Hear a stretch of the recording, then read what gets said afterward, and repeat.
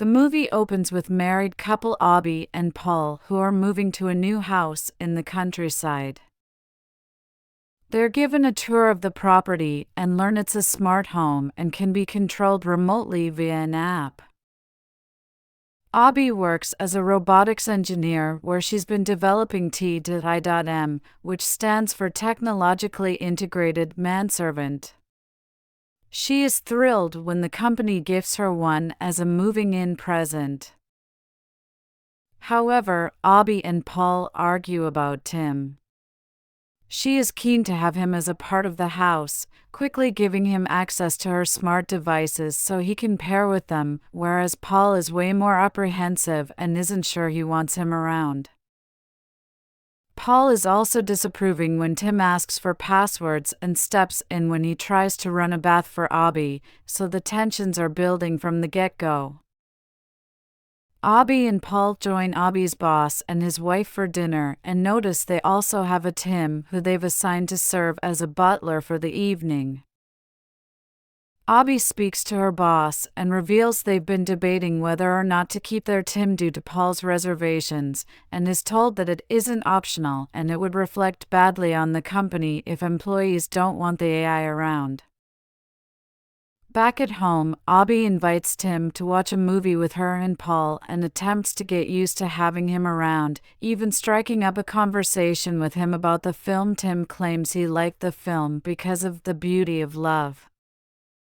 Abby asks if he understands what that means, and he claims he doesn't know, asking her to explain what love actually means.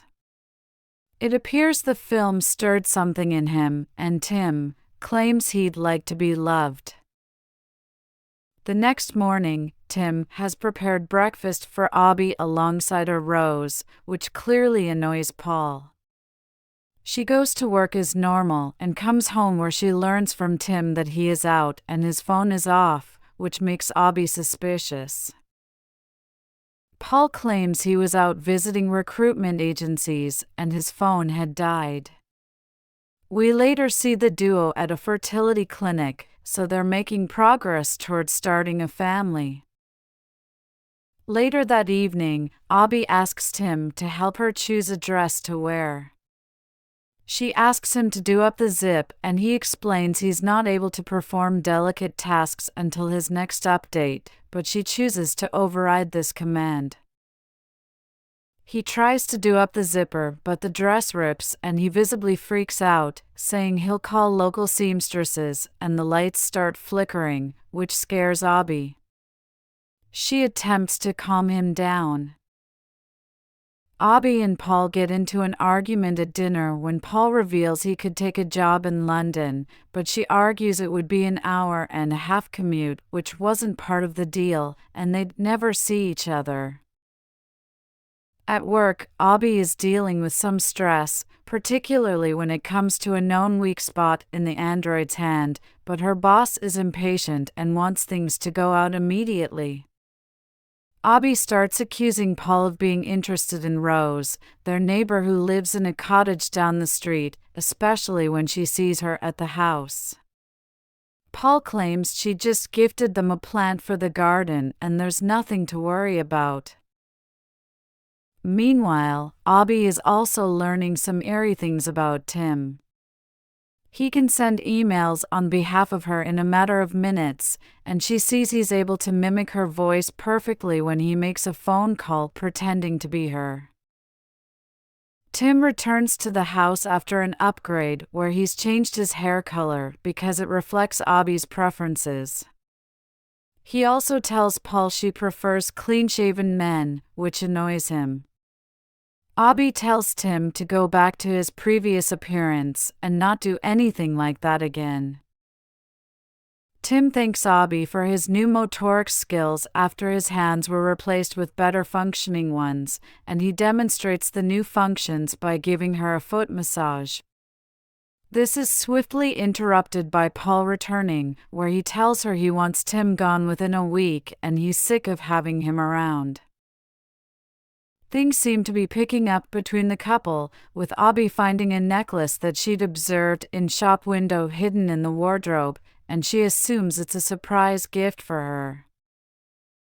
Tensions build as Tim becomes increasingly obsessed with Abby. He starts meddling more, claiming he's unable to reach Paul and that he's gone to see Rose, which makes Abby annoyed. In addition to this, he purposely builds an office space in the room that Abby wanted to turn into a nursery, and she gets aggressive asking why he chose that space. They get into an argument and Paul tells her that Tim is trying to get between them, but Abby says he's just a machine. Tim continues meddling while Paul is attempting to expose the android for what he truly is. He attempts to meet with Abby for lunch, but takes a driverless car, which Tim manages to override and causes it to drive erratically. The car collides with a tree and injures Paul, but he survives the ordeal and Abby visits him in the hospital. Paul blames Tim and Abby tells him he's being ridiculous. Rose stops off at the house asking after Paul and Abby following the crash and Tim lets her in. Abby realizes the necklace is missing and assumes that Paul must have given it to Rose. Tim shows Abby footage of Rose and Paul kissing and attempts to break them apart further. Paul returns to the house and both Abby and Tim confront him about the video and necklace. Paul attempts to call the house to convince Abby to meet with him.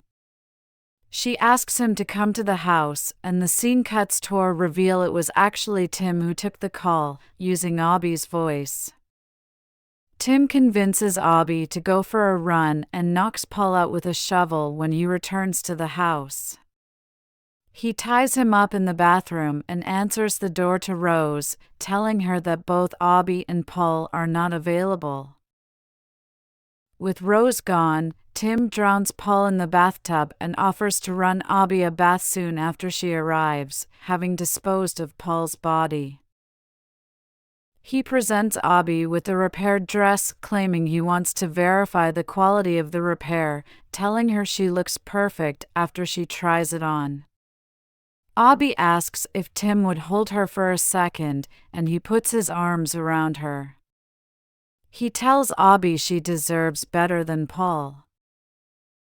Tim confesses his love for her and Abby brushes him off, saying he doesn't understand what he's saying.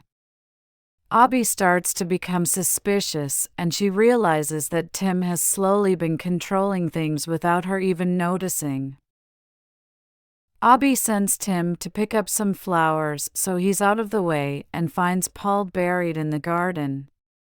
She attempts to shut Tim down by activating the code, but he reveals he overrode it by mimicking her voice. Tim knocks Abby out, and when she comes to, she finds he's run her a bath and put candles everywhere. Disturbed by this, she attempts to sneak out of the house, but is stopped by Tim. Abby attempts to attack Tim, but is unsuccessful, and he chases her around the house. He catches her, tying up and telling her that her life is finite.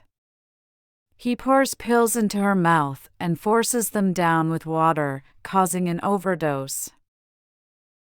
Abby manages to escape and stabs him in the known weak point in his hand. Rose breaks into the house by crashing her car through the window and impales Tim with one of her gardening tools.